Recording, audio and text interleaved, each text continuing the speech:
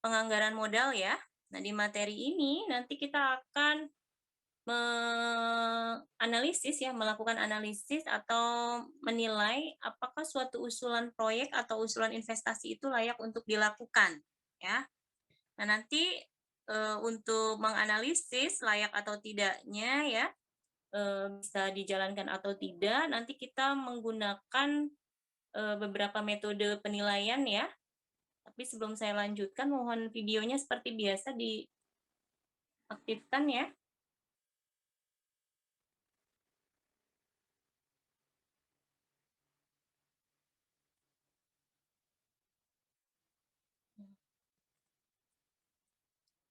Saya masih pakai handphone nih karena masih trouble audio yang di laptopnya.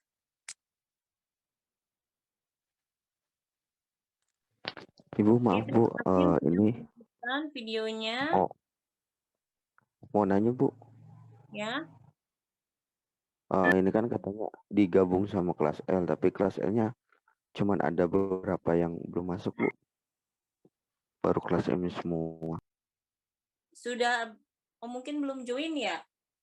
Tadi sih bilangnya oke. Tadi saya sudah apa tadi ya yang pembahasan kita. Jadi intinya di materi ini kita akan menilai ya layak tidaknya suatu usulan proyek atau usulan investasi menggunakan beberapa metode. Di antaranya kita akan menggunakan metode payback period, kemudian payback period yang dimodifikasi ya, atau nama metodenya adalah diskon payback period, kemudian kita gunakan metode net present value, lalu metode profitability index, sama metode internal rate of return. Nah, kita akan gunakan metode-metode tadi untuk menganalisis, oh ya ini proyek ini bisa dijalankan gitu ya, karena memang menguntungkan. Oh proyek ini misalnya nggak bisa dijalankan karena kalau dilihat dari net present value-nya misalnya ya, ini nanti nilai NPV-nya negatif ya. Jadi sebaiknya tidak dijalankan. Gitu ya gambarannya. Baik. Untuk metode yang pertama, kita akan bahas mengenai payback period. Pernah dengar payback period?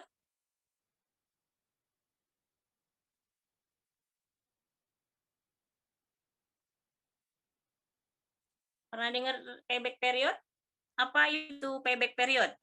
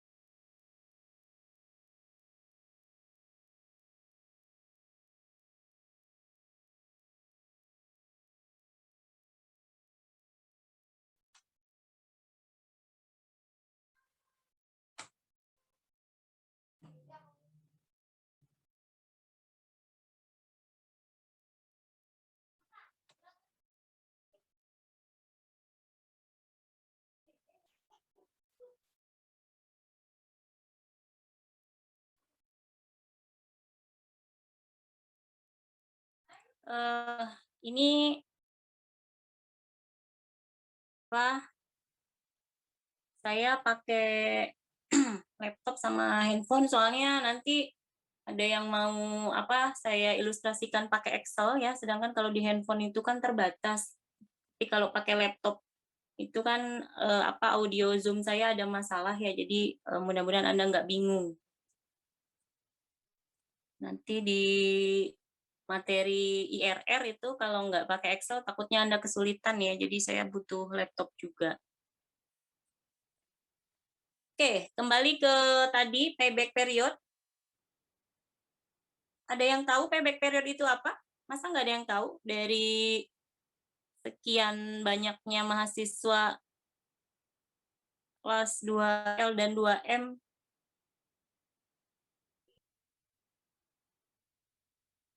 payback period itu apa?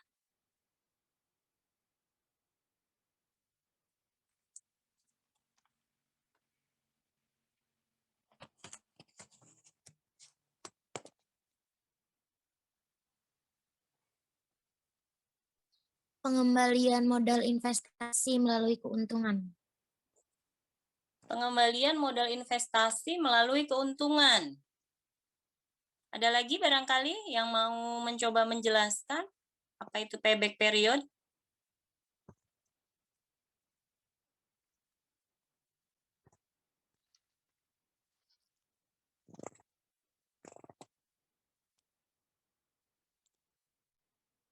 Kalau period diartikan sebagai apa? Period. Periode ya. Jangka waktu. Ya, betul. Kalau payback?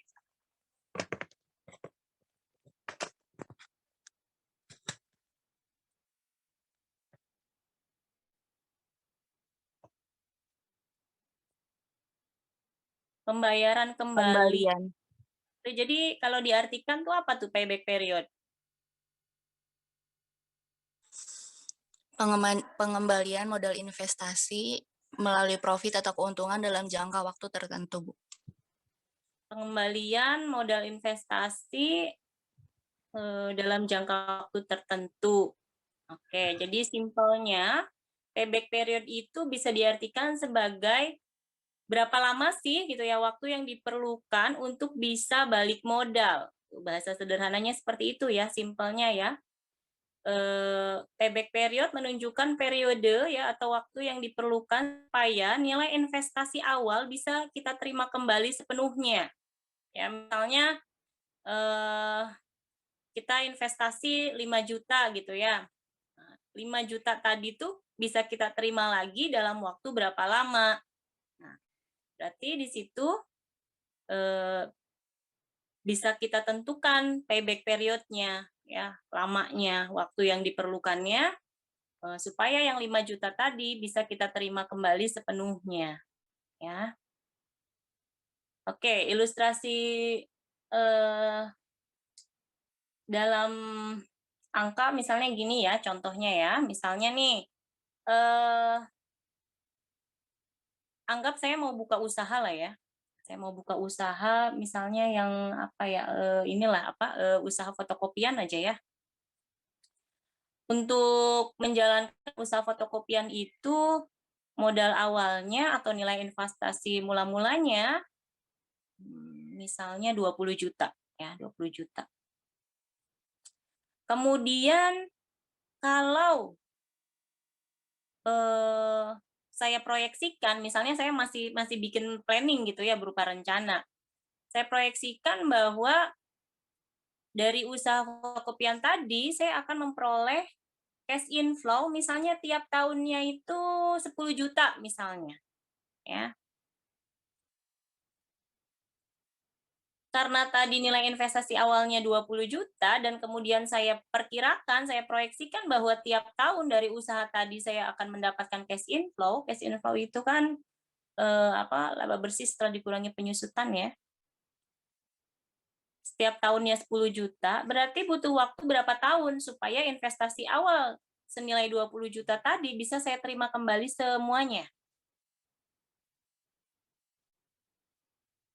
Butuh waktu berapa lama? 2 tahun, Bu. 2 tahun.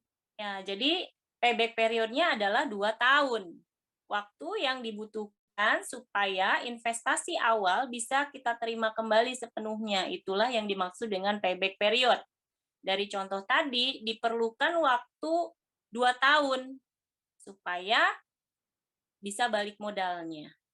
Ya, itu contoh jika cash inflow-nya ya setiap periodenya itu sama. Ya, nanti ada lagi perhitungannya kalau misalnya cash inflow-nya itu setiap periodenya, setiap waktunya itu berbeda. Gimana ya cara ngitungnya? Tadi kan gampang, tinggal kita bagi 20 juta dengan 10 juta. Butuh waktu balik modalnya 2 tahun. Nah, sekarang kalau misalnya investasi awalnya 20 juta. Nah, karena misalnya di tahun pertama ini masih merintis gitu ya, cash inflow-nya misalnya baru 6 juta misalnya. Di tahun keduanya misalnya cash inflow-nya 8 juta misalnya ada peningkatan. Lalu di tahun ketiga misalnya cash inflow-nya 10 juta. Nah, kalau contohnya seperti ini nih, di mana cash inflow-nya tidak sama setiap periodenya, setiap waktu penerimaannya, cara ngitungnya gimana payback periodnya? Tadi tahun pertama 6 juta, tahun kedua 8 juta, tahun ketiganya 10 juta, tahun keempatnya misalnya naik jadi 15 juta. Nah, ngitung payback periodnya gimana?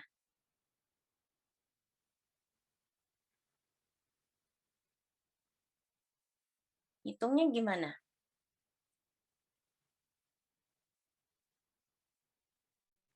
Nah, nanti ada rumus perhitungannya ya. Atau sebagai gambaran awal, cara ngitungnya gini.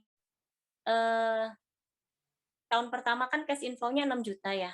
Tahun kedua berapa tadi? 8 juta. Ya. Kalau kita jumlahkan 14 juta. Ya, 14 juta. Tahun ketiganya tadi berapa? 10 ya? 10 juta. Nah, 6 tambah 8, kalau tambah 10, 24. Ya, itu lebih. Jadi gini, yang pertama kita lakukan, tentukan N. Tentukan N, di mana N adalah tahun di mana ketika investasi awal itu belum tertutup, tapi dia mau nutup. Nangkep nggak bahasa saya? Nangkep, Bu. Saya ulangi, tentukan N, di mana N adalah tahun di mana ketika investasi awalnya kan tadi yang modalnya 20 juta ya, itu belum tertutup semuanya, belum bisa diterima sepenuhnya, tapi tahun itulah tahun yang mendekati dia mau nutup. Berarti N-nya tahun keberapa?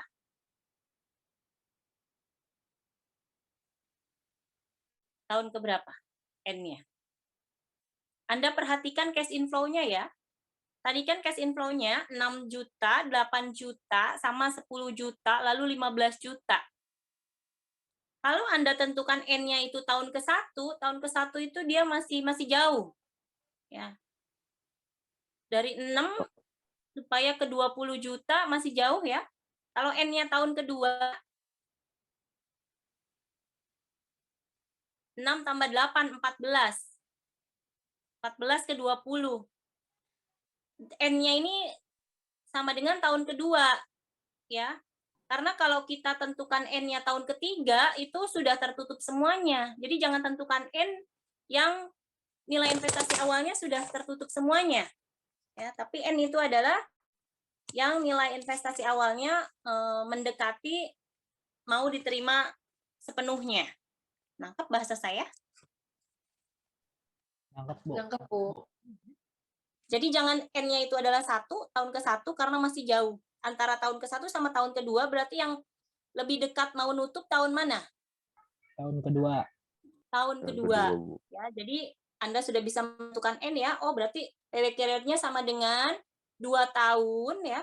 Tahun kedua ya, 2 tahun ditambah kumulatifkan cash inflow sampai dengan tahun ke N. Kalau kumulatif kan berarti kan jumlahkan ya, tahun ke-1 sampai tahun ke N, berarti sampai tahun kedua. Berapa cash inflow-nya kalau dijumlahkan? 6 tambah 8. 14. 14. Ya. 6 tambah 8, 14. 14 juta ke 20 juta kurangnya berapa? Atau 20 juta dikurangi 14 juta berapa? 6 juta. 6 juta. Ya. Jadi 2 tahun ditambah 20 juta dikurangi 14 juta hasilnya 6 juta. 6 juta per berapa nih? 6 juta per bisa langsung apa yang di bawahnya itu ya, yang 6 per berarti berapa itu pembilang penyebutnya ya, penyebutnya. Langsung Anda sebutkan cash inflow di tahun ketika nilai investasi awal sudah ketutup semuanya. Di tahun keberapa sudah ketutup semuanya itu? 3. Tahun ketiga ya. Ketiga. Tahun ketiga tuh udah ketutup semuanya. Tadi berapa cash inflow-nya? 10. Ya, di tahun ketiga. Jadi nanti 20 juta dikurangi 14 juta per atau dibagi 10 juta. Atau bisa juga dengan Anda kumulatifkan ya, cash inflow tahun pertama sampai dengan tahun ketika investasi awal sudah ketutup semuanya. Berarti kan 6 tambah 8 tambah 10. 6 tambah 8, 14 tambah 10, 24. 24 dikurangi cash inflow sampai dengan tahun ke N. Kumulatif cash inflow sampai dengan tahun ke N berapa?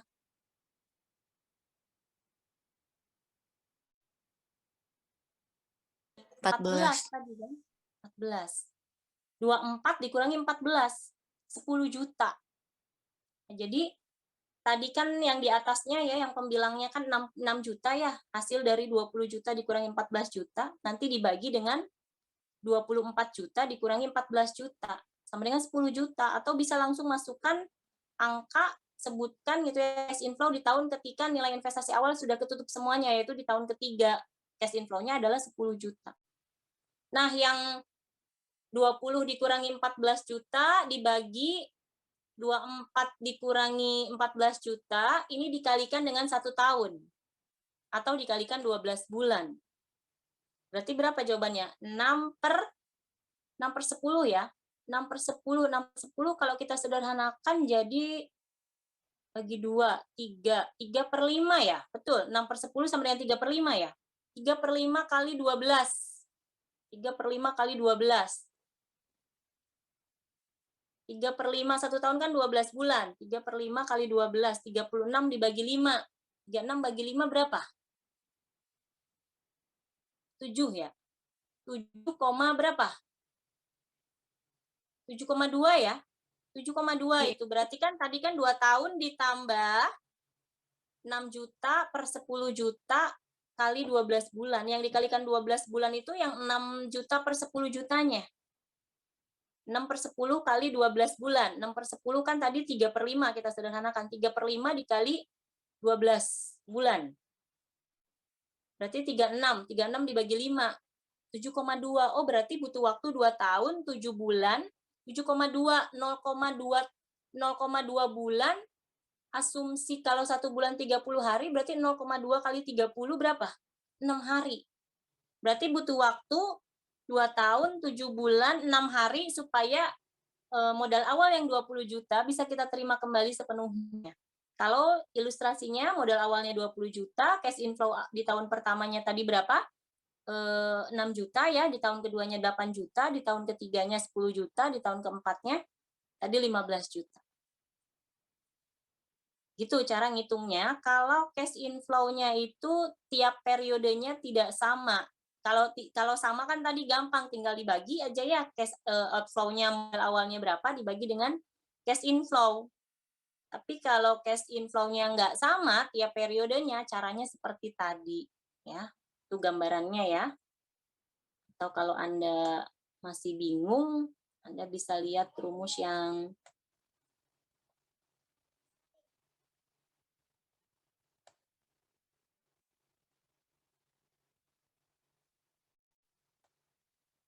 Nah, ini yang contoh pertama tadi ya, yang 20 juta lalu diperkirakan tiap tahunnya atau misalnya tiap tahunnya itu cash inflow-nya 10 juta. Cara ngitungnya tinggal langsung dibagi saja ya. Modal awal atau investasi mula-mula dibagi dengan cash inflow. Kalikan 1 tahun atau kalikan 12 bulan. Ya.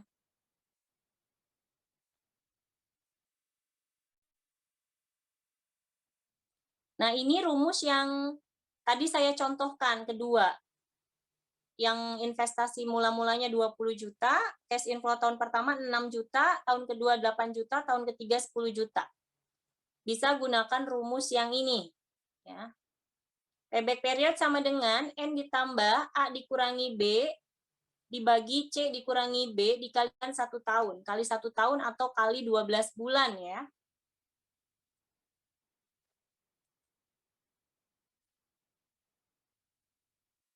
Ini ada contoh lagi selain yang tadi dari saya. Nah, misalnya di sini investasi awalnya 100.000 US dollar ya. Cash inflow-nya ini misalnya tahun pertama 50.000, tahun kedua 40.000, tahun ketiga 30.000, tahun keempat 20.000. Nah, sekarang kita hitung kapan sih gitu ya balik modalnya, berapa lama supaya bisa balik modal. Atau hitung payback periodnya. Ada yang bisa ngitung? Tadi kan sudah saya contohkan ya. Satu contoh untuk yang cash inflow-nya berbeda. Ada yang bisa ngitung payback periodnya? Oke, Anda perhatikan. Yang pertama kali tentukan N. N-nya tahun keberapa? Kedua, Bu. Tahun kedua. Betul. Ya. Jadi N-nya tahun kedua. Jadi payback periodnya sama dengan N-nya itu adalah 2 tahun ya. 2 tahun ditambah berapa? 100 US dollar dikurangi 90 US dollar. 100.000 dikurangi 90.000. Betul, pinter. 100.000 dikurangi 90.000 hasilnya 10.000 ya. 10.000 per berapa? Per 120 dikurangi 90, Bu. Oke, per 120 dikurangi 90. Betul. Berarti 120 dikurangi 90, 30 ya. Berarti tadi 2 tahun ditambah 10.000 per 30.000. Yang 10.000 per 30.000 kalikan 1 tahun. Atau kali 12 bulan. 10.000 per 30.000. 1/3. 1/3 kali setahun. 1/3 tahun berapa bulan? 4, Bu. 4 bulan. Berarti payback periodnya adalah 2 tahun 4 bulan. Yang lain bisa?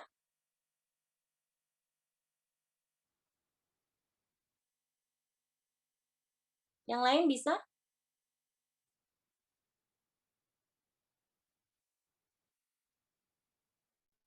Yang lain gimana? Tadi teman Anda berarti kan bisa, sudah paham ya. Jadi seperti tadi ya, tentukan N. Oh, N-nya itu jangan tahun ketiga. Tahun ketiga mah sudah nutup semua. Kan lebihan malah. Kalau dikumulatifkan kan cash inflow-nya 120.000. Jadi N-nya itu tahun kedua. Ya, karena kalau yang tahun kedua itu kita kumulatifkan ya, cash inflow tahun pertama dan tahun keduanya, itu 90.000. Sudah mendekati mau nutup. 90.000 ke 100.000 kurangnya berapa? Oh, kurangnya 10.000. Oh, berarti 10.000 per berapa? Oh, lihat aja langsung cash inflow di tahun ketika investasi awalnya sudah ketutup semua, yaitu di tahun ketiga, cash inflow-nya 30.000. Ya. Sama aja ya, sama aja dengan cara yang tadi yang teman Anda itu 100.000 dikurangi 90.000 per atau dibagi 120.000 dikurangi 90.000. Prinsipnya sama. Mau Anda dibaginya dengan langsung aja lihat cash inflow di tahun ketiga 30.000. 10.000 per 30.000 kali 12 bulan. Berarti investasi ini butuh waktu balik modalnya adalah 2 tahun 4 bulan. Nah, misalnya gini, kalau ini adalah suatu usulan, namanya juga usulan berarti masih rencana gitu ya, masih planning. Rencananya nilai investasi awalnya 100.000, kemudian diproyeksikan, diperkirakan bahwa cash inflow-nya seperti ini misalnya. misalnya ada target. Ada target bahwa ini nih usulan ini nih harus balik modal atau payback periodnya ini harus 2 tahun. Nah, usulannya ini bisa diterima, bisa dijalankan, atau ditolak. Kalau ada target bahwa dia payback periodnya itu harus 2 tahun.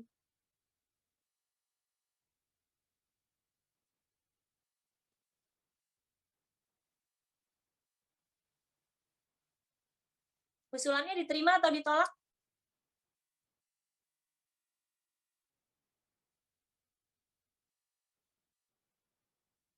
Tadi setelah dihitung payback periodnya berapa lama?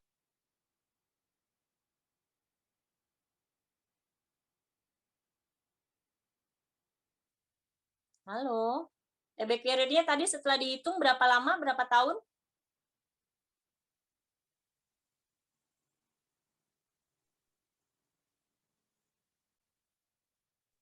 Dua tahun kan?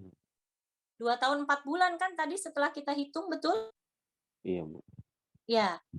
Tadi payback periodnya 2 tahun 4 bulan. Nah, perusahaan nih misalnya nih menargetkan bahwa usulan ini, misalnya kan tadi saya sudah menyampaikan, andaikan ini suatu usulan, suatu rencana, di mana modal awalnya 100.000, lalu diperkirakan cash inflow-nya tahun ke-1 sekian, tahun kedua sekian, tahun keempat gitu ya.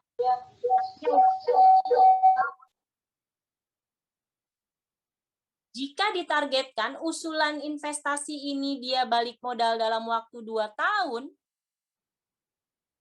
berarti usulannya diterima atau ditolak? Tolak, Bu. Ditolak. Kenapa ditolak? Kan ini 2 tahun 4 bulan. Oke, betul ya. Berarti Anda nangkep maksud saya.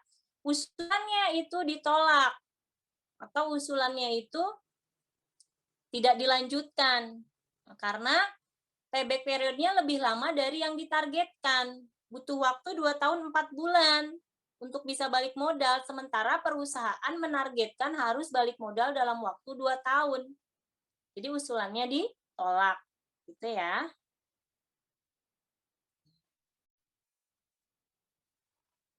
Oke.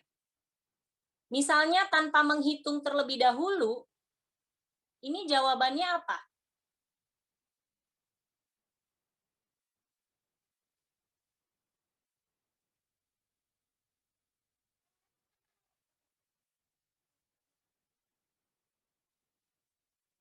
Di sini ada usulan nih ya, usulan proyek senilai 600 juta dengan umur ekonomis 5 tahun ya. Artinya dia menghasilkan sampai dengan tahun kelima. Tahun ke-1 sekian, tahun kedua sekian, sampai dengan tahun kelima itu cash inflow-nya ya.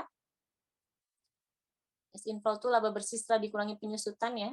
Jika syarat pengembalian adalah 2 tahun. Jadi perusahaan ini menargetkan ini harus balik modal 2 tahun. Apakah usulannya diterima?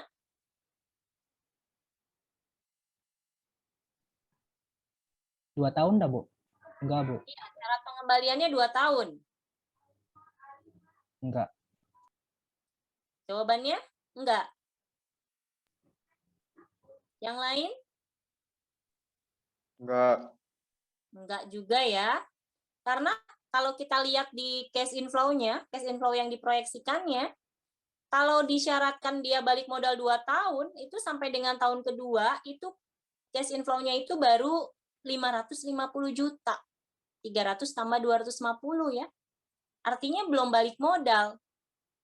Dia butuh waktu lebih dari 2 tahun untuk bisa balik modal. Jadi usulannya ditolak. Tapi kalau misalnya saya ganti ya, pertanyaannya, jika syarat pengembaliannya adalah 3 tahun, maka usulannya ditolak?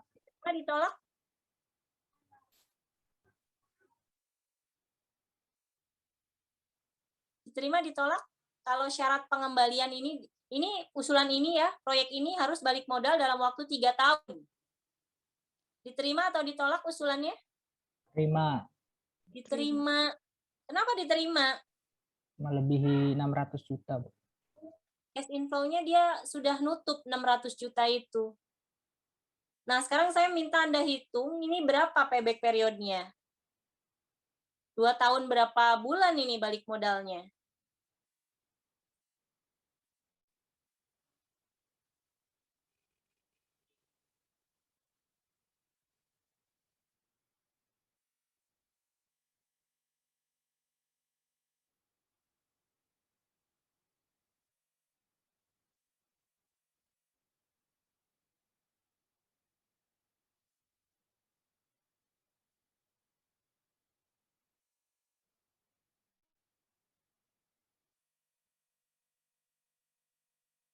Berapa bulan?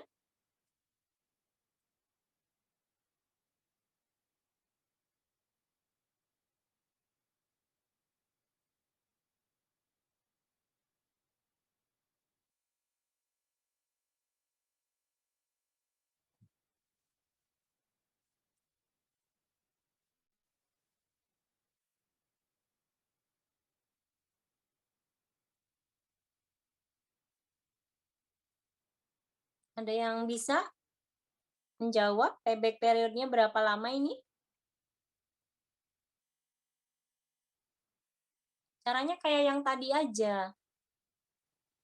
Tentukan N. N-nya tadi udah tahu tahun kedua ya. Tahun kedua sudah mau nutup gitu ya yang 600 juta ini. Iya sayang. Iya. Oh iya, Mama tugas dulu ya, Ndok ya. Ntar ya. Nah, ini Dedek main ini. Apa itu, Mama? Awas ya, tajam ya. Ini bros namanya. Bros. Jawabannya berapa?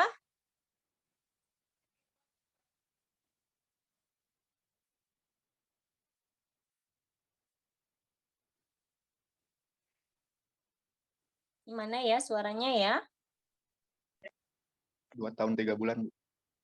2 tahun 3 bulan. Oke, kita cek sama-sama. Bener nggak 2 tahun 3 bulan? Nah, di sini sampai dengan tahun kedua, itu 550 juta. Untuk ke 600 juta, kurangnya 50 juta ya. Berarti 2 tahun ditambah 50 juta per 200 juta kali 12 bulan. 50 juta per 200 juta itu berapa? Seperempat ya? Seperempat kali 12 bulan atau seperempat kali 1 tahun. Berarti seperempat tahun. 2 tahun ditambah seperempat tahun. Seperempat tahun adalah 3 bulan. Seperempat kali 12. Betul ya jawabannya ya? 2 tahun 3 bulan payback periodnya. Alhamdulillah berarti paham ya.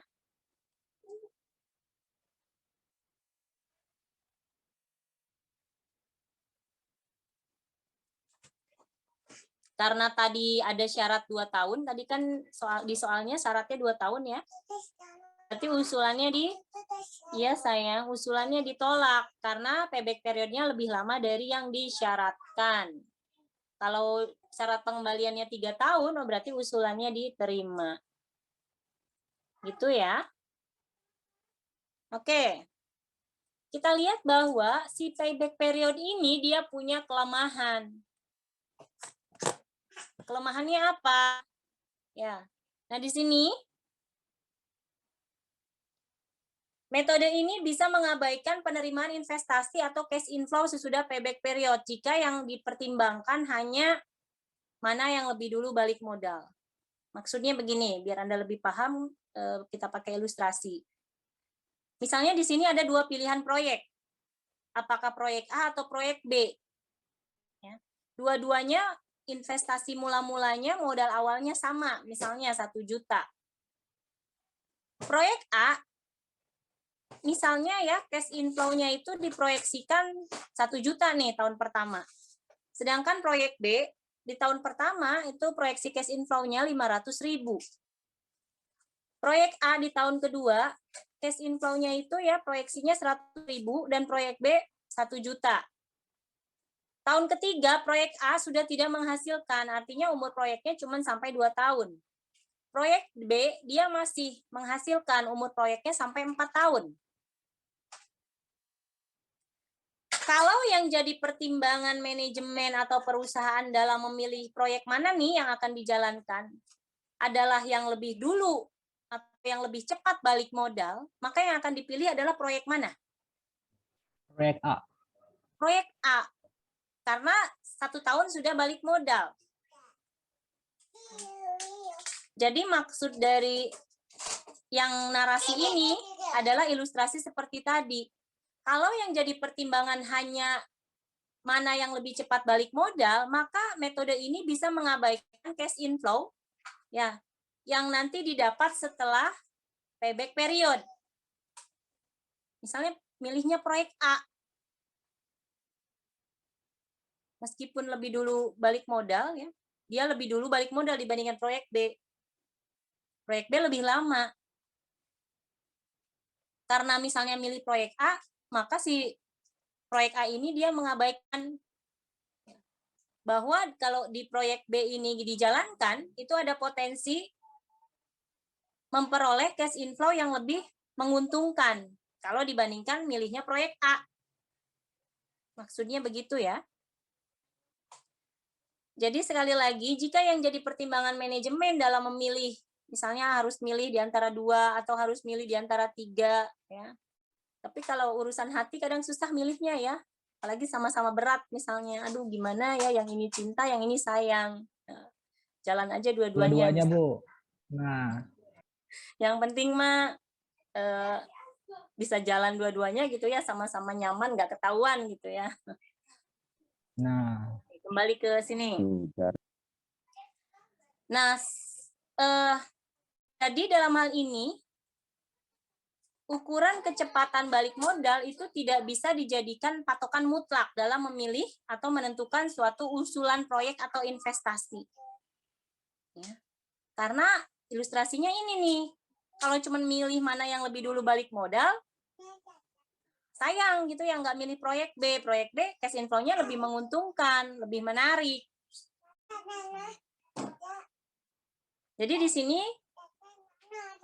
iya sayang, di sini antara proyek A dengan proyek B, tentunya gitu ya, dilihat dari cash inflow-nya, umur proyeknya, maka proyek B lah yang akan dipilih.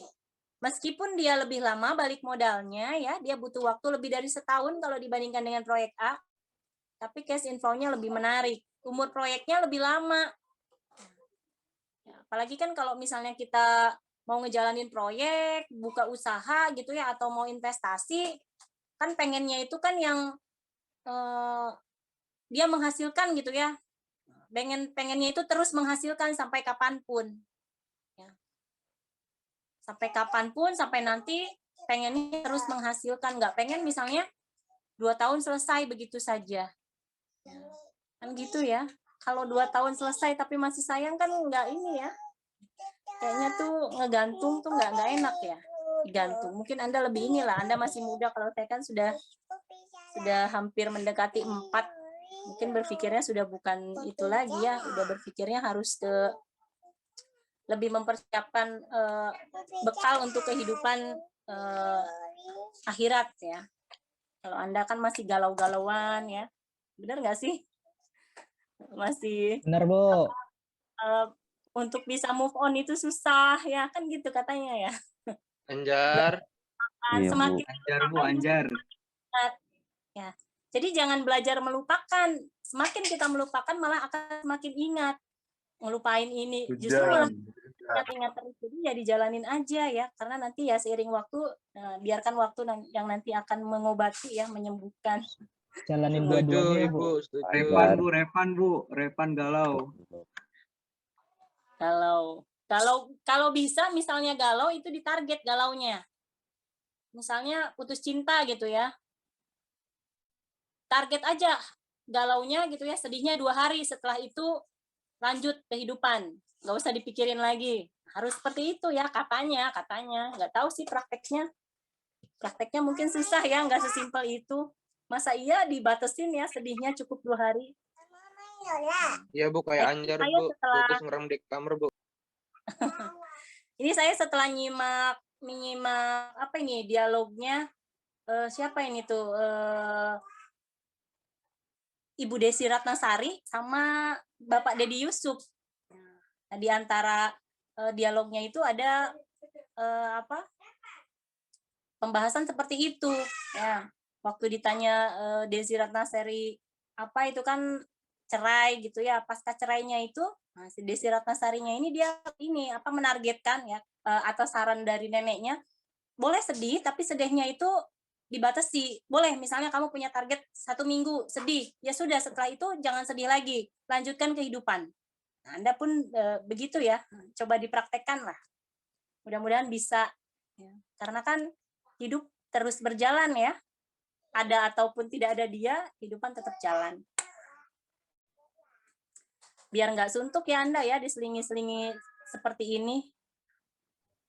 Iya, Bu. Tapi nanti malah nggak fokus ya, nanti kepikirannya malah hal yang lain ya, bukan materi. Mudah-mudahan sih enggak. Oke, ini ya ilustrasi untuk menunjukkan kelemahan si payback period. Ya. Kelemahan berikutnya dari si payback period, dia mengabaikan nilai uang atau time value of money.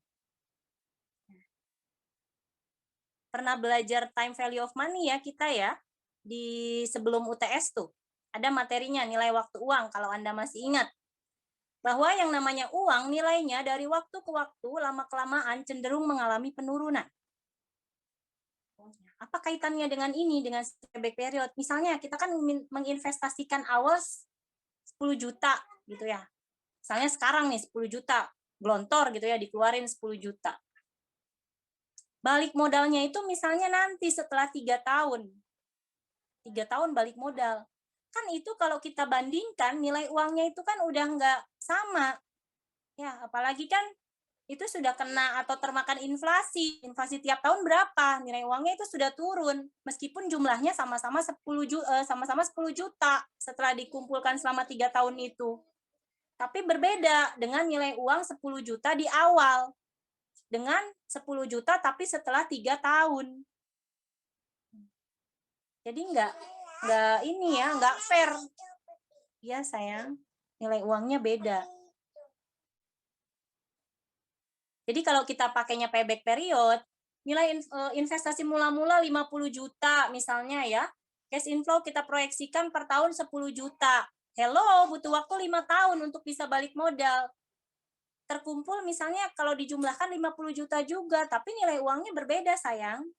Ya, 50 juta yang di awal mah pada saat sekarang misalnya ya. Tapi balik modalnya setelah 5 tahun 50 juta juga. Termakan inflasi. Nah, nilai uangnya sudah berkurang. Kalau 50 juta misalnya saat ini dibelikan sawah misalnya gitu ya. Itu bisa dapat sekian bata misalnya gitu ya. Nanti setelah 5 tahun lagi dengan 50 juta jumlah yang sama perlu uang lebih banyak dari 50 juta untuk mendapatkan untuk bisa membeli sawah gitu ya dengan luas yang sama. Itu ya gambarannya.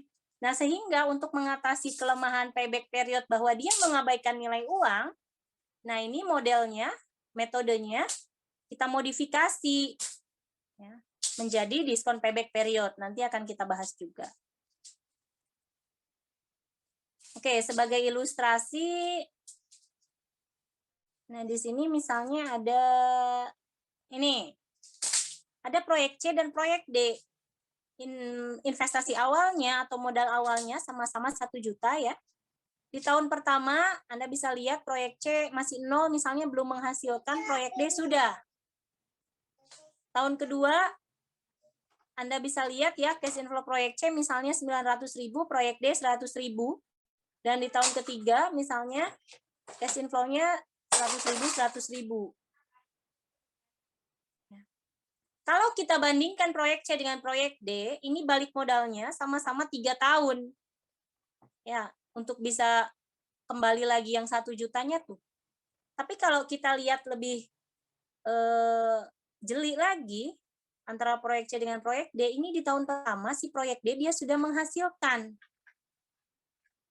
Uang yang diterima lebih dulu, lebih awal gitu ya, itu kan nilainya berharga daripada diterima nanti. Bisa memberikan kepuasan gitu ya, atau bisa digunakan lebih cepat daripada harus nunda nanti. Nilainya lebih berharga sekarang gitu ya daripada nanti. Jadi kalau misalnya kita disuruh milih ya, antara proyek C dengan proyek D, maka di sini adalah proyek D, karena di tahun pertama dia sudah menghasilkan. Ya. Apalagi kalau misalnya, misalnya nilainya sangat besar gitu ya, misalnya cash inflow-nya ya, antara proyek C dengan proyek D. Misalnya tahun pertama proyek C, oke lah, misalnya udah menghasilkan misalnya berapa ya, 100.000, proyek D misalnya 800. Kemudian di tahun kedua proyek C misalnya berapa? Misalnya 500 gitu ya. Proyek D misalnya 1 juta misalnya ya. Tinggal Anda bandingkan saja ya. Ini kalau dilihat nilai uangnya, ini lebih menguntungkan yang mana? Ya. Karena sekali lagi nilai uang dia cenderung mengalami penurunan. Di masa depan kita membutuhkan uang yang jumlahnya lebih besar untuk mendapatkan barang atau jasa misalnya ya dalam jumlah dan kualitas yang sama. Itu ya.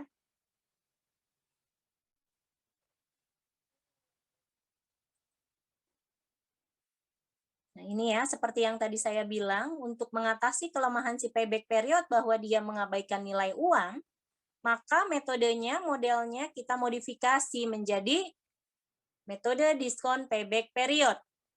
Nah, jadi nanti kita akan flashback lagi, akan nginget-nginget lagi materi nilai waktu uang.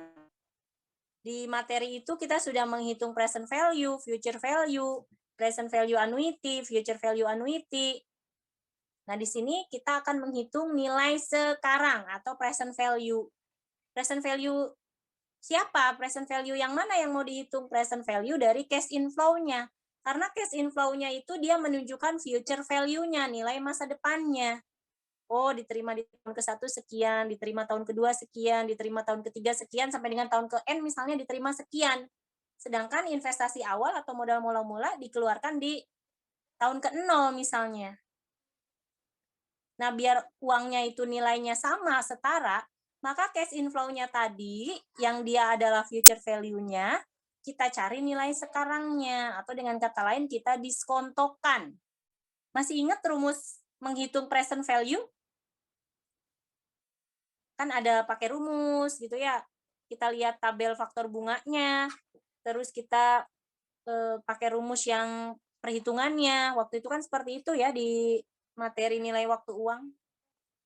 Kalau lihat tabel faktor bunga, gampang. Tinggal dilihat saja ya.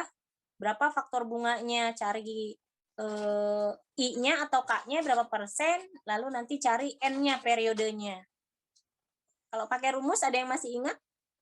Mencari present value, gimana rumusnya? Present value sama dengan nilai masa depannya berapa, ya, future value di masa depannya berapa, kan gitu ya, nanti dibagi 1 tambah I pangkat N. Ya, nilai masa depannya berapa dibagi 1 tambah I pangkat N. Ya. Jadi yang cash inflow-nya ini kita diskontokan pada I-nya ya. Di sini I-nya itu bisa suku bunga, bisa asumsi inflasi, bisa tingkat keuntungan yang disyaratkan, bisa juga cost of capital atau biaya modal. Ya. Nah, jadi nanti kalau misalnya kita diskontokan pada I 10%, I 10% ya, saya ulangi, I di sini bisa mewakili suku bunga, bisa mewakili inflasi, bisa mewakili tingkat keuntungan yang diminta atau disyaratkan, bisa mewakili biaya modal atau cost of capital.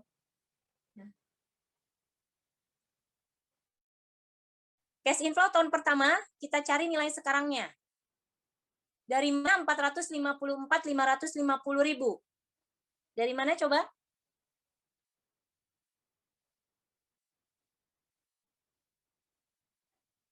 Dari 500.000 dibagi 1 tambah 10%. 1 tambah 10% berapa?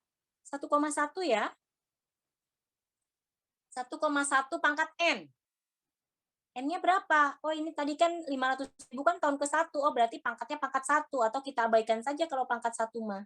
Berarti nilai sekarang dari 500.000 dibagi 1,1. Sama dengan 454.550. Yang tahun kedua, ini juga sama, kita cari nilai sekarangnya. Dibagi 1,1 pangkat N. N-nya menyesuaikan, karena 400.000 ini diterima di tahun kedua. Jadi nanti pangkatnya jadi pangkat 2. 400.000 dibagi 1,1 pangkat 2. Gitu ya. Masih ingat kan ya pelajaran kita time value of money? Yang tahun ketiga sama tahun keempat juga sama ya. Cash inflow-nya didiskontokan, cari nilai sekarangnya. Nah, setelah dihitung nilai sekarang dari cash inflow-nya, nanti cara menghitung diskon payback period-nya mah sama kayak yang payback period tadi. Tapi Anda pakainya, melihatnya bukan dari cash inflow, tapi dari present value cash inflow.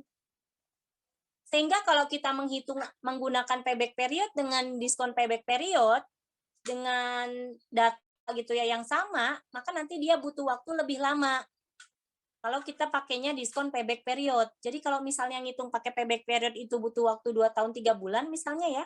Nah, setelah dihitungnya pakai diskon payback period, maka dia jadi lebih lama, lebih dari 2 tahun 3 bulan, misalnya 2 tahun 8 bulan. Ya, tinggal tergantung I-nya misalnya berapa persen.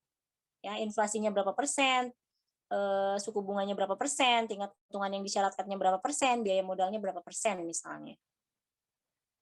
Itu ya. Oke, setelah kita hitung nilai sekarang dari cash inflow-nya ya, kita hitung diskon payback period-nya, N-nya adalah 2 tahun ya, 2 tahun ditambah. Nah, pertanyaan saya, 214.850 dari mana?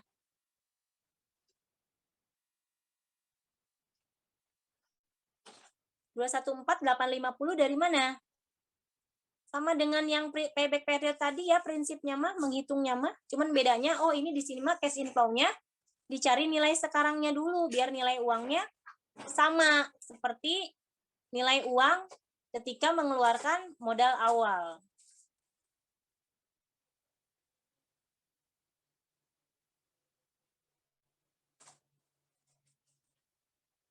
Berapa ini? 214.850 dari mana? Tolong dijelaskan.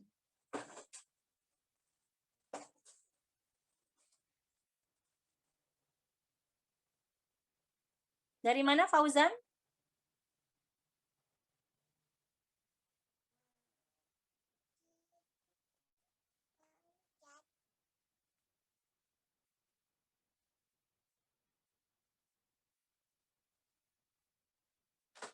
Dari mana ini?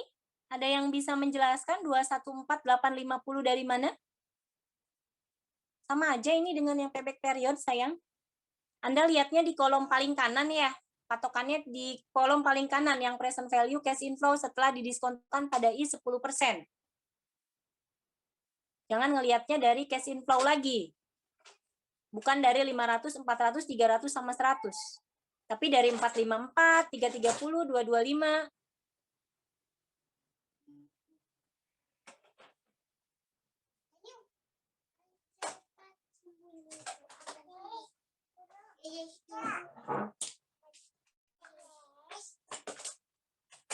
Kais, Mama masih ini ya, jangan berisik ya. Suaranya masuk Kak Kais. Dari mana 214.850? Dari 1 juta dikurangi kumulatif cash inflow sampai dengan tahun kedua. 454.550 ditambah 330 600 berapa? Nah, ke 1 juta kurangnya berapa? Kan begitu. Sama kayak waktu kita ngitung payback period tadi, ya nggak usah pusing-pusing, nggak usah bingung-bingung. Perbedaannya kan cuma di nilai uangnya saja di sini mah. Ada proses kita mendiskontokan mencari nilai sekarang dari cash inflow, karena si cash inflow-nya ini dia sebagai future value-nya, nilai masa depannya.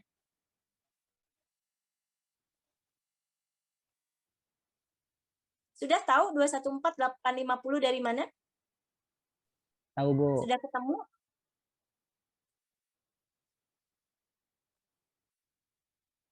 Oh, sepertinya kebingungan ya. Sudah, Bu. Sudah ya, tahu ya. Jadi 1 juta dikurangi cash inflow kumulatif sampai dengan tahun kedua. Karena kan N-nya tahun kedua ya, 2 tahun. 454, 550 ditambah 330, 600. Hasilnya berapa? Nah, yang 1 juta ini kita kurangi hasil yang tadi. Yang 454 ditambah 330. 214, 850 dibagi 225, 400. Tahu lah ya, 225, 400 mah tinggal dilihat saja cash inflow di tahun ketiga. Present value cash inflow di tahun ketiga. Atau boleh Anda jumlahkan ya, kumulatif tahun pertama sampai tahun ketiga, 454, 550 ditambah 330, 600 ditambah 225, 400. Nanti hasilnya kita kurangi dengan penjumlahan antara 454, 550 dengan 330, 600. Kalikan 1 tahun. Nah, ini jawabannya. 2,95 tahun. Nah, kalau dalam bentuk bulan, 0,95 tahun tuh berapa bulan? Berapa bulan ini?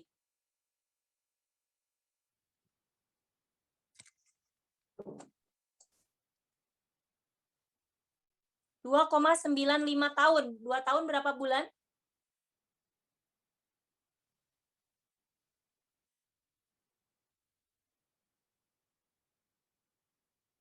Apa, Bu? Ini kan saya nuliskannya 2,95 tahun ya. Nah, kalau dituliskannya dalam bentuk bulan nih, 2 tahun berapa bulan? Ini tuh. Enggak dalam bentuk koma-koma maksud saya. Kalau dituliskan kayak yang udah-udah tuh 2 tahun sekian bulan. Nah, ini berapa bulan? 11 dah. 2 tahun 11 bulan. Nah, caranya gimana ya? Tinggal 0,95 ya, itu kan 0,95 tahun. 0,95 kali 12. 11 bulan. 0,95 kali 12 itu 11,4. Oh, berarti 11 bulan. Yang 0,4-nya 0,4 bulan. Asumsi 1 bulan 30 hari aja. 0,4 kali 30, 12 hari. Jadi 2,95 tahun ini sama dengan 2 tahun, 11 bulan, 12 harian. Gitu ya.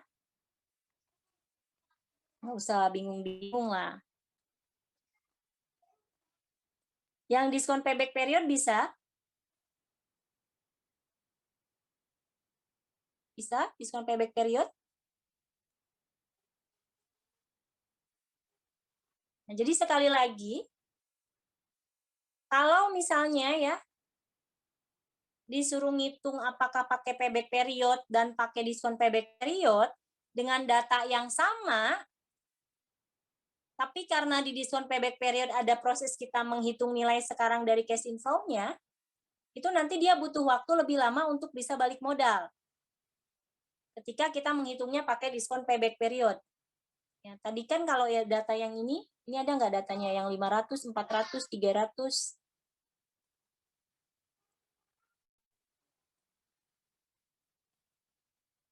Nah, anggap yang ini, tinggal ditambahin nolnya aja gitu ya, 50, 40, 30, 200, atau beda? Tadi berapa sih? Ada 100-nya kah? Ada 100-nya ya, ada nggak? 500, 400, 300? 100. Oh, beda ya? Beda. Maksud saya begini, kalau di soalnya itu modal awalnya 1 juta ya, cash inflow-nya 500, 400, 300, dan 100, lalu misalnya diketahui bahwa inflasi misalnya 5% per tahun, atau misalnya tingkat keuntungan yang dimintanya ya 10%, maka nanti ketika kita menghitung periode pengembaliannya, waktunya itu akan lebih lama kalau kita menggunakan diskon payback period. Jadi misalnya kita ngitung pakai diskon pakai payback period mah 2 tahun 3 bulan, kalau pakai diskon payback period mah misalnya 2 tahun 8 bulan. Waktu yang diperlukannya jadi lebih lama. Karena di sini diperhatikan nilai uangnya. Itu ya.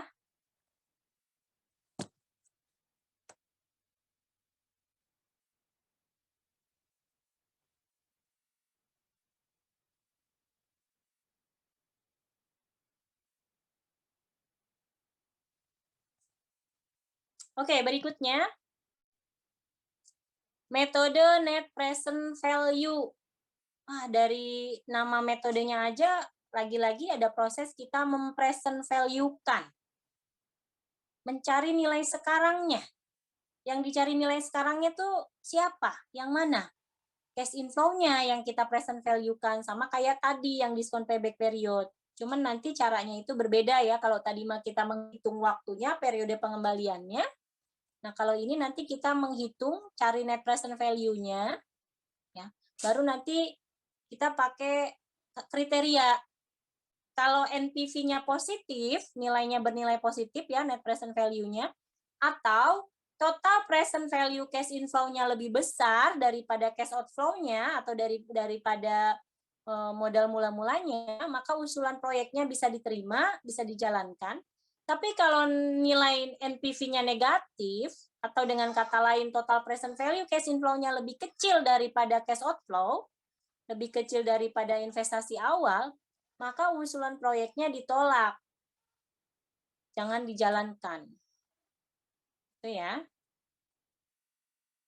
Kuncinya sekali lagi, Anda ngitung nilai sekarang dari cash inflow-nya ya.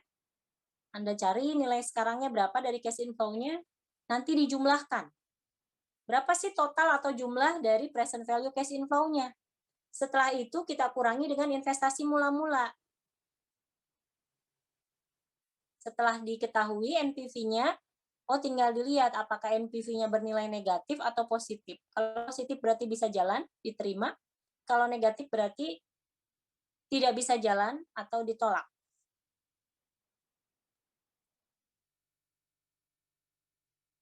Nah ini menggunakan data yang sama ya, biar kita nggak ngitung lagi present value dari cash inflow-nya, karena di diskon payback period juga sudah ya kita diskontokan, kita cari nilai sekarangnya dari cash inflow-nya 500, 400, 300, 100. Tingkat diskontonya di sini juga sama 10% ya. Bisa inflasi, bisa suku bunga, bisa cost of capital, bisa tingkat keuntungan yang disyaratkan. Apakah usulan investasinya dapat diterima? Tergantung. Apakah NPV-nya positif? Bisa diterima kalau NPV-nya positif. Nah. Tidak usah saya pertanyakan lagi ya, 454, 550 itu dari mana? 330, 600 itu dari mana? Intinya yang cash inflow-nya kita diskontokan. Dibagi dengan 1 tambah I pangkat N. Karena I-nya 10%, berarti 1 tambah 10%, 1,1. Cash inflow-nya dibagi dengan 1,1 pangkat N. Pangkatnya menyesuaikan ya, tergantung dari cash inflow-nya itu diterima di tahun keberapa. Nah, setelah dicari present value cash inflow-nya, kita jumlahkan. Nah, di sini jumlahnya 1.078.850. Nah, nilai ini kita kurangi dengan investasi awalnya. Investasi awalnya adalah 1 juta.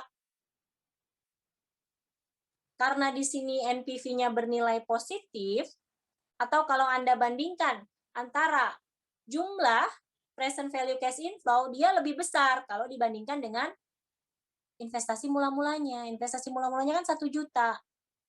Jumlah present value cash inflow-nya 1.078.850. Karena lebih besar jumlah present value cash inflow-nya dibandingkan dengan investasi mula-mula, maka usulannya diterima. Bisa dijalankan. Atau karena di sini NPV-nya bernilai positif. Hasilnya NPV-nya 78.850.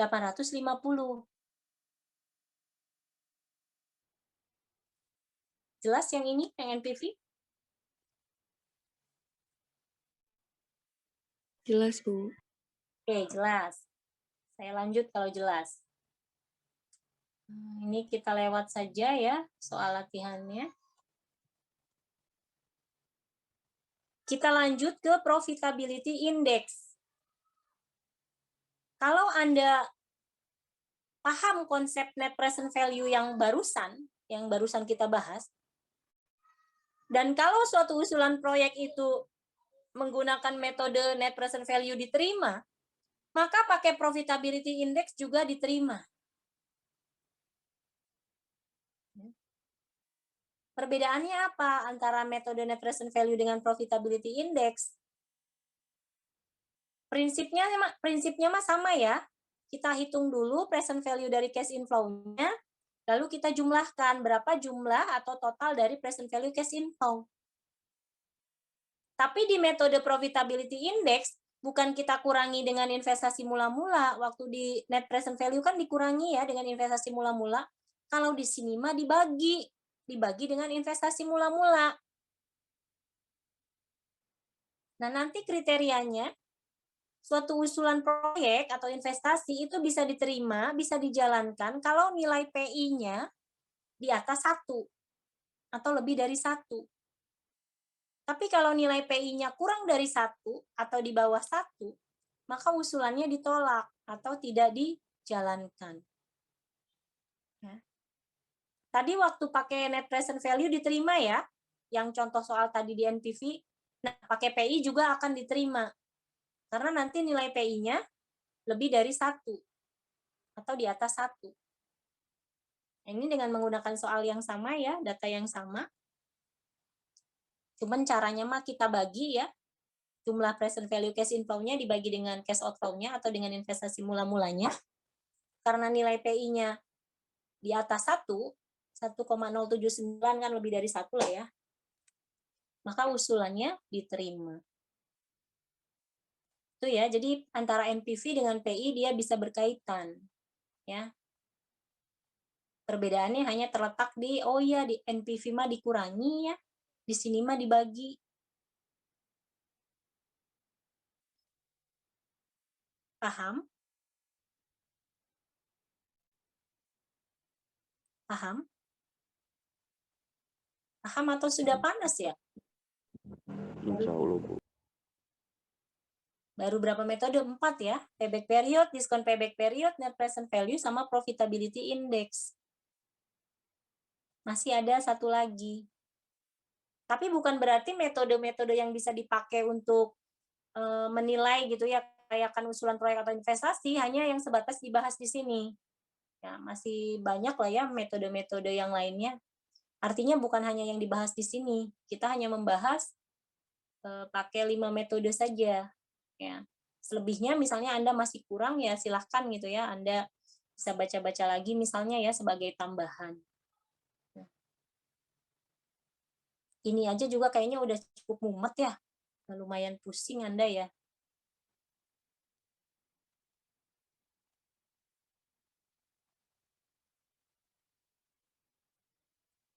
Oke, berikutnya metode internal rate of return. Nah, metode ini yang agak-agak susah. Tapi kalau sudah paham mah gitu ya, oh iya, nangkep. Nggak sesusah yang dibayangkan. Jadi internal rate of return ini adalah tingkat bunga yang menjadikan jumlah nilai sekarang dari cash inflow-nya sama dengan cash outflow-nya. Atau suatu tingkat diskonto di mana NPV-nya sama dengan 0. Jadi di sini justru kita akan mencari I-nya. I-nya berapa sih supaya nanti nilai NPV-nya itu sama dengan 0. Kalau tadi kan waktu di diskon payback period, di net present value, di PI, ketika kita menghitung present value-nya, kan kita diskontokannya pada I. Nah, di sini justru kita harus bisa menemukan I, menghitung I, yang nantinya nilai NPV-nya tuh sama dengan 0. Caranya gimana? Caranya pakai try and error, coba-coba. Namanya juga coba-coba, bisa berkali-kali percobaan, nggak langsung sukses. Atau nanti kalau mau cara gampangnya, boleh saya tunjukin, kita pakai Excel aja ya. Pakai Excel itu ya nggak nyampe 1 menit selesai ngitung IRR itu. Nanti pakai Excel itu cuman buat kita buktiin aja ya, bener nggak ini nilai IRR-nya segini. Ya. Jadi sekali lagi, IRR ini pada prinsipnya kita akan menentukan I-nya. Berapa sih I atau rate atau tingkat diskonto yang nanti hasil dari nilai NPV-nya itu sama dengan 0. Kan susah ya untuk bisa menemukan I supaya NPV-nya bernilai 0. Caranya gimana? Untuk bisa menemukan I, yang NPV-nya sama dengan 0, caranya Anda tentukan 2I, 2 rate, 2 tingkat diskonto yang nanti salah satunya itu NPV-nya positif dan yang lainnya itu NPV-nya negatif. Jadi saya ulangi, untuk bisa menemukan I atau rate atau tingkat diskonto yang memberikan atau menghasilkan NPV sama dengan 0, maka kita pakai sistem coba-coba di mana kita tentukan 2I, 2 rate atau 2 tingkat diskonto, di mana salah satu I tadi menghasilkan NPV positif dan I lainnya menghasilkan NPV negatif. Karena NPV sama dengan 0 ada di antara NPV positif dan negatif. Kakak, dedeknya tolong dipegang dulu ya. Mamanya belum selesai. Ya. Mama duduk. Sampai sini bisa dipahami, bisa diikuti? Jadi pakai try and error, coba-coba, jatuh bangun gitulah ya. Jatuh bangun mengejarnya ya. Nggak usah dikejar ya. Bayangan itu kalau dikejar dia malah lari. Mendingan kita tinggalin menjauh, nanti dia mendekat. Katanya kan begitu ya. Jadi nggak usah ngejar perempuan, nggak usah ngejar sosok yang diidolakan, nanti malah lari, biarin aja. Kita malah menjauh gitu ya. Ya udah nanti malah dicuekin ya. Oke. Nah, nanti kriteria penerimaan usulan proyek atau investasinya kita bandingkan dengan K. K ini bisa cost of capital, bisa tingkat keuntungan yang disyaratkan. Usulan proyek atau usulan investasinya bisa diterima, bisa jalan, kalau IRR-nya ini lebih besar daripada K-nya. Lebih besar dari biaya modalnya, lebih besar dari tingkat keuntungan yang disyaratkannya. Oke, kita azan dulu.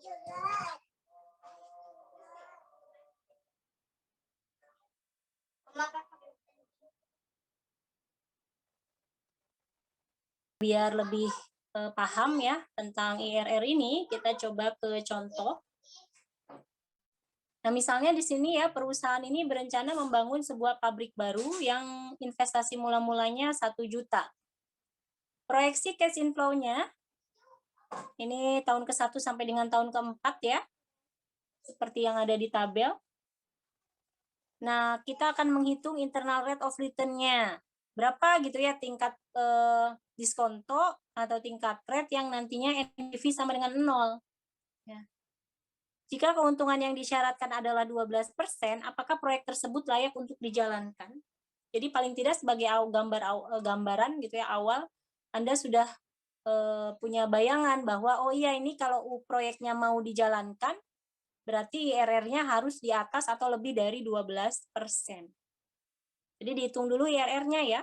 Kalau ternyata IRR-nya lebih kecil dari 12%, berarti usulan proyeknya ditolak.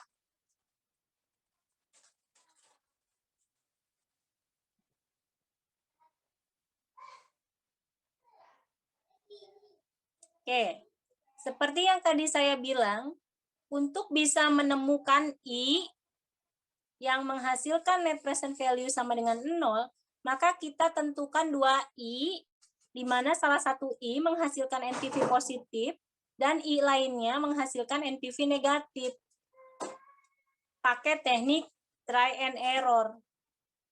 Namanya juga try and error, nggak langsung sukses sekali misalnya ya, bisa berkali-kali percobaan, berkali-kali jatuh bangun, ya nggak apa-apa, berkali-kali gagal ya, dan jadikan kegagalan itu sebagai pengalaman, kan katanya pengalaman itu guru yang berharga. Dari pengalaman itulah kita bisa memperbaiki diri ya. Jadi harus pinter-pinter ya, mengambil hikmah dari setiap kejadian. Biasakan berpikir positif supaya hidup kita itu bisa lebih baik ya ke depannya. Jangan selalu punya pikiran negatif. Kalau selalu berpikiran negatif ya kita nggak bisa ini ya, nggak bisa menjadi pribadi yang senantiasa terus-menerus memperbaiki diri. Oke, ceritanya misalnya setelah berkali-kali percobaan, nah kita menemukan nih, ada 2 I, yaitu 14% sama 15%.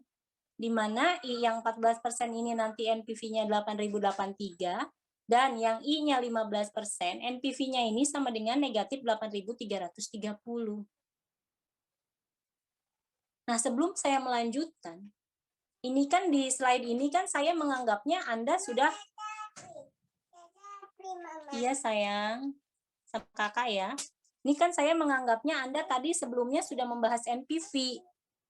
Jadi kan harusnya paham dari mana NPV 8.083, dari mana NPV negatif 8.330. Kakak? Nah, tapi di sini saya mau konfirmasi dulu.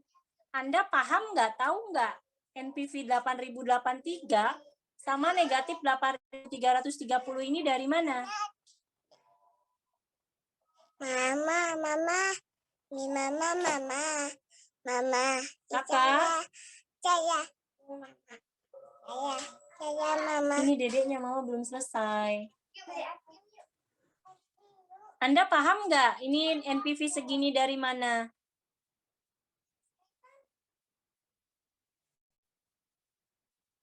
Halo? Tolong direspon ya.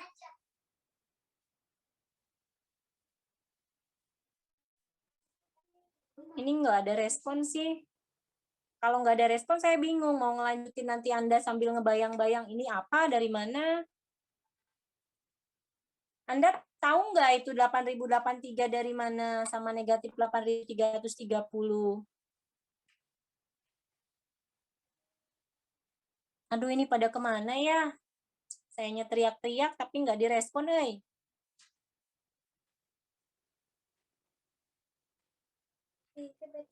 Halo? Masih pada fokus nggak? Iya, Bu. Saya lagi konfirmasi Masih, nih. Anda Bu. tahu nggak NPV segini dari mana? Kalau nggak tahu, ya saya tunjukin dulu. Meskipun tadi di awal kita sudah membahas tentang net present value. Itu saya ya. Itu saya.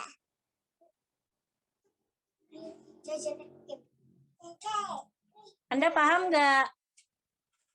Nah, yang 14 sama 15%-nya, ini kan setelah berkali-kali percobaan ya. Setelah berkali-kali mencoba dan terus mencoba menemukan yang apa nantinya menghasilkan NPV positif dan negatif. Jadi sekali lagi, untuk menemukan IRR-nya, kita menemukan dulu, harus menentukan dulu 2I, 2 rate, 2 tingkat diskonto. Jadi kalau si data yang cash inflow-nya ini kita diskontokan, kita cari nilai sekarangnya pakai I 14 dan 15%, nanti hasilnya tuh NPV-nya seperti ini. Mau saya tunjukin atau Anda sudah paham? Ditunjukin, Bu. Oke, saya tunjukin, nggak apa-apa. Ini angka-angkanya tolong diingat ya, 500, 400, 300, 100.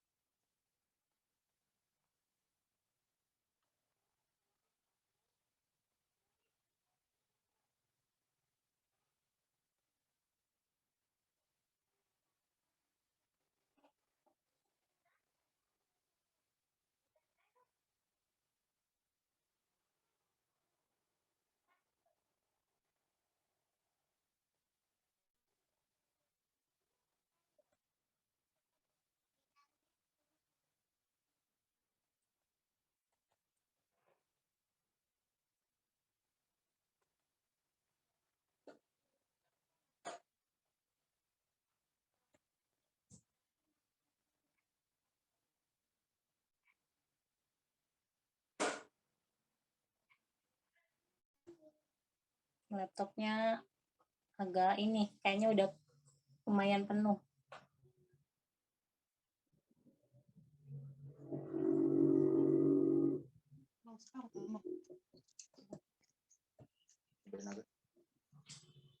Masih ini lanjut kuliah.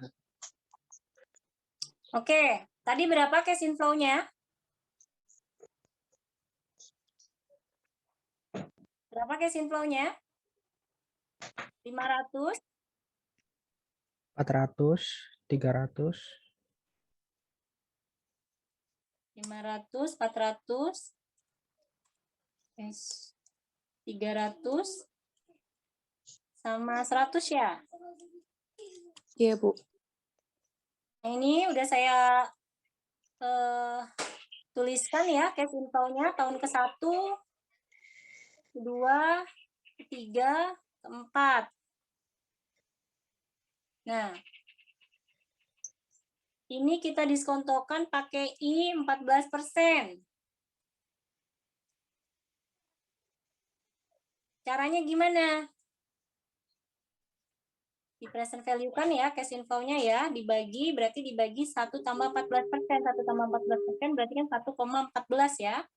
1,14 pangkat N, berarti kalau ini pangkat 1. Nah, yang di bawah nanti pangkatnya menyesuaikan aja, kita copy tapi nanti pangkatnya berubah. Ini pangkat 2. Jadi ini kita menghitung atau mencari nilai sekarang dari cash inflow-nya ya. Ini sensitif banget kalau Asus tuh. Kalau sambil dicas, ini pangkat 3. Ini pangkat 4.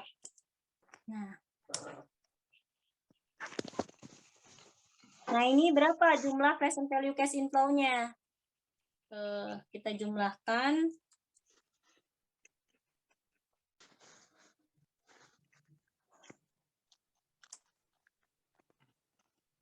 Nah, ini total present value cash inflow.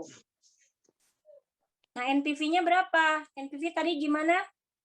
Total present value cash inflow-nya ya, jumlah present value cash inflow-nya dikurangi investasi awalnya berapa tadi? $1 juta. 1 juta ya. Nah, ini 8.082,985 yang tadi di slide itu dibulatkan ya, jadi 8.083. Harusnya tanpa saya tunjukkan lewat Excel, Anda sudah nangkep, oh iya ini nanti alurnya gitu ya, prosesnya caranya seperti ini. Oke, sekarang kita pakai yang 15%.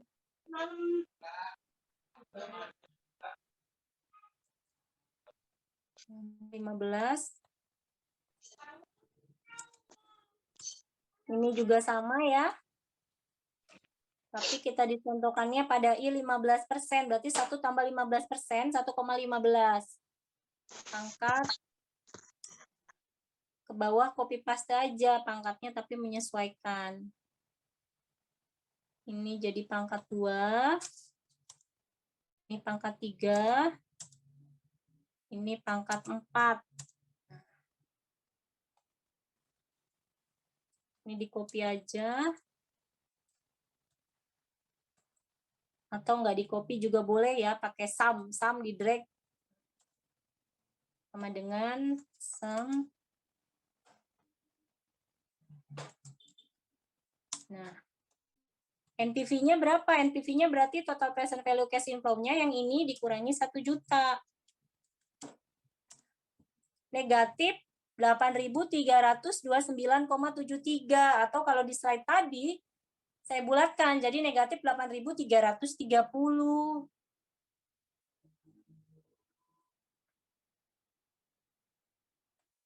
Itu ya. Jadi sekarang Anda sudah nggak akan ada lagi pertanyaan itu teh dari mana gitu ya. Tahu-tahu berapa? Negatif 8.330.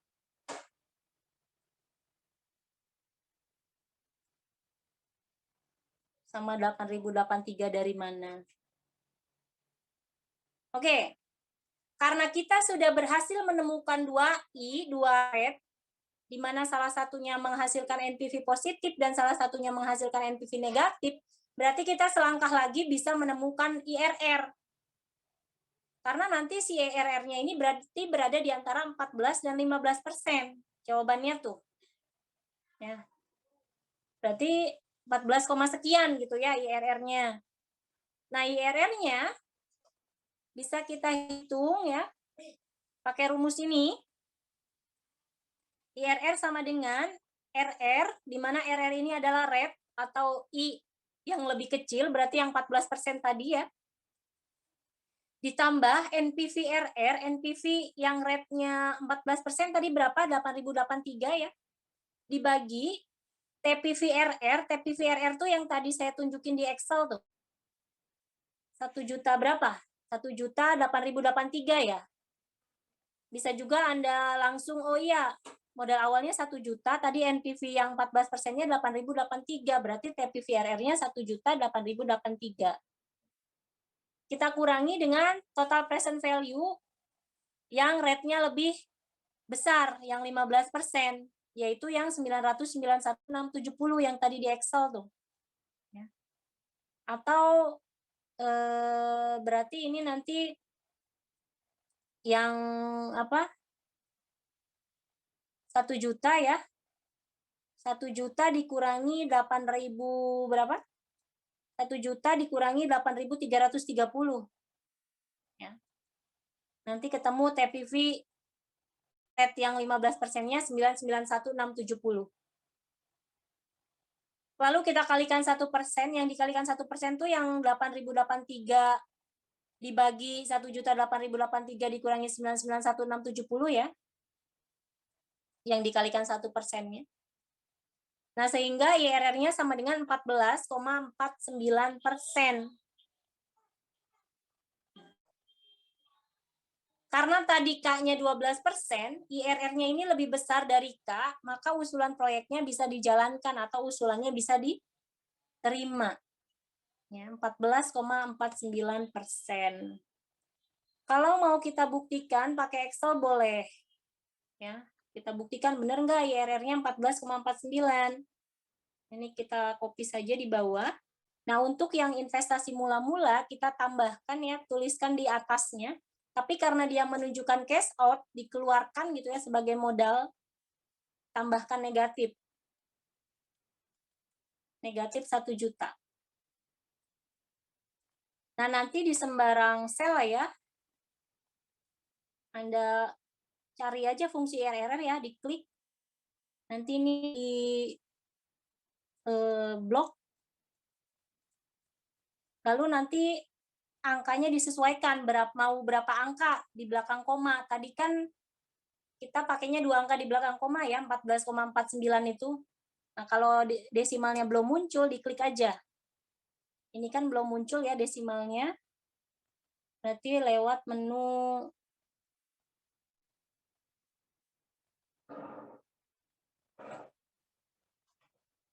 cari yang increase desimal kalau di Excel. Biar kita munculkan desimalnya. Karena ini kan pembulatan ya, 14,49% kan kalau dibulatkan berarti kan lebih ke 14%. Tapi kalau 14,7% nanti dia jawabannya bisa 15%. Kita munculkan desimalnya, increase desimal ya ini ya.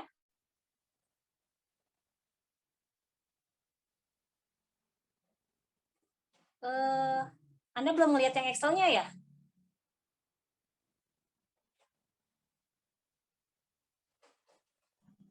Belum, Ibu. Lupa, kirain udah. Ternyata masih di PPT dari tadi.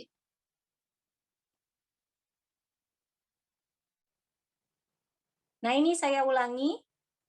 Ini tadi angka-angka yang saya tuliskan. Untuk investasi mula-mula, karena dia menunjukkan cash outflow, maka ditambahkan tanda negatif ya. Negatif 1 juta.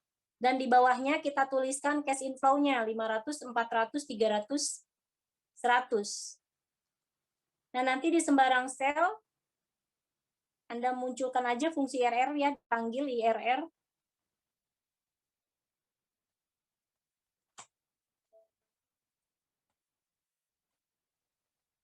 Ini di blok.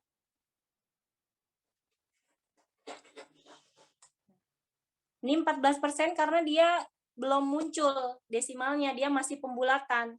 14,49 itu kalau dibulatkan kan berarti lebih dekat ke 14%. Makanya mau kita sesuaikan dengan jawaban tadi kan 2 angka di belakang koma ya, 14,49 itu. Nah, di sini ada ini nih, increase desimal nih. Increase desimal, kalau mau 2 angka di belakang koma berarti kliknya 2 kali.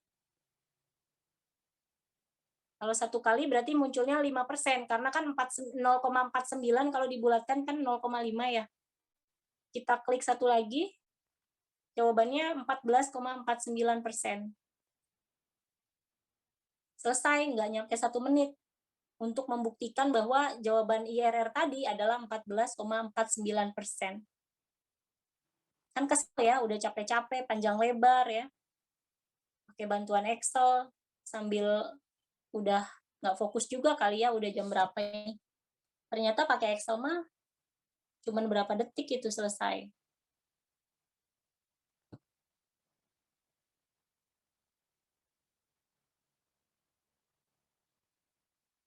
Karena IRR-nya lebih besar dari yang disyaratkan, tadi yang disyaratkannya 12% ya, berarti usulannya diterima atau proyeknya bisa dijalankan. Ini teh pada kemana ya? Udah pada off videonya.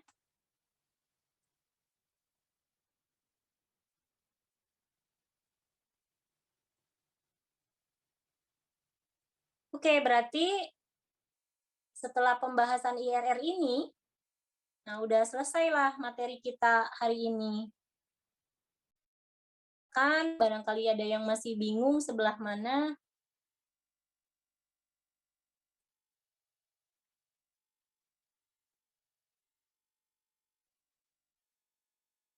Kalau bisa dipahami, alhamdulillah gitu ya, terutama yang tadi IRR ya, yang butuh konsentrasi lebih,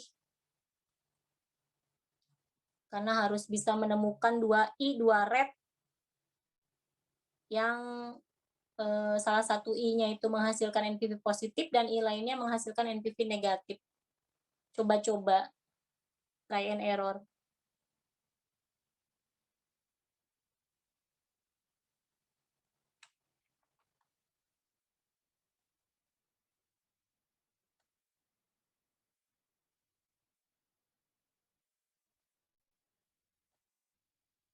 Absennya belum ya.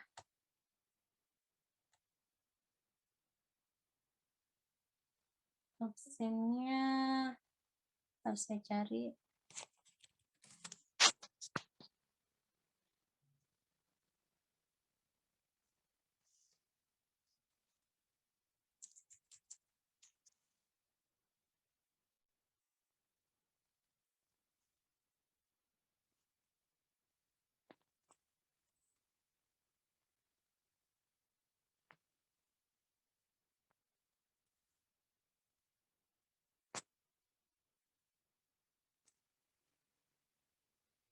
Salah. Bukan MK2, ini mah yang akuntansi. Kan nggak fokus. Bukan yang tadi ya absennya ya, itu mah yang MK2, prodi akuntansi. Abaikan saja.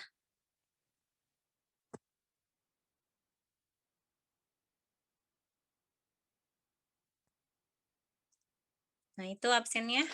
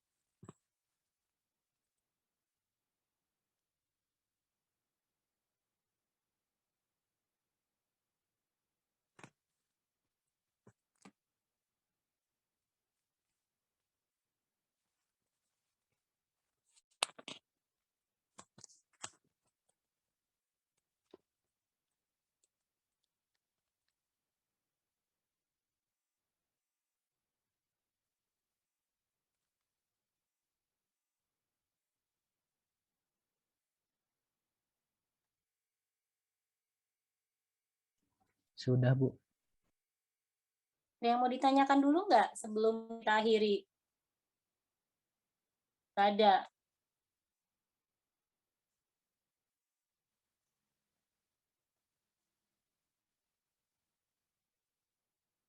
Ini yang lain pada kemana ya? Ini yang banyak nggak masuknya kelas 2 apa? 2M kah? Atau 2L?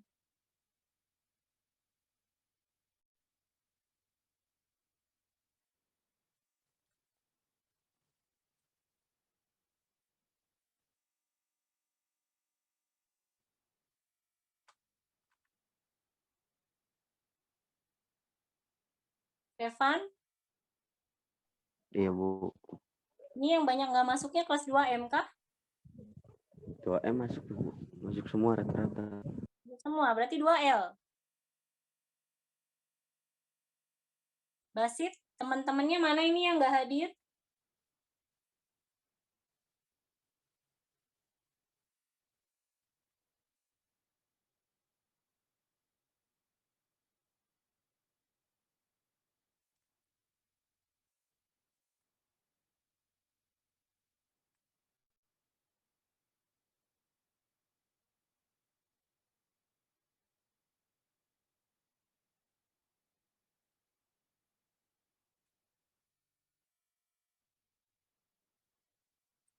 Tidak ada yang mau ditanyakan? Kalau tidak ada, berarti kita akhiri saja ya pertemuan kita hari ini. Iya, Bu. Saya masih mau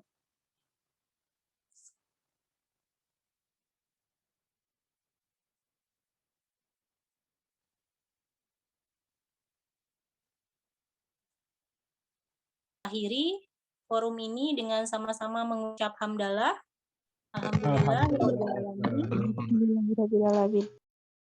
Akhirul kalam, billahi taufik wal hidayah. Wassalamualaikum warahmatullahi wabarakatuh. Waalaikumsalam. Terima kasih, Bu. Sama-sama kembali kasih. Sampai ketemu lagi ya. Sehat-sehat selalu. Saya akhiri dulu Zoom-nya.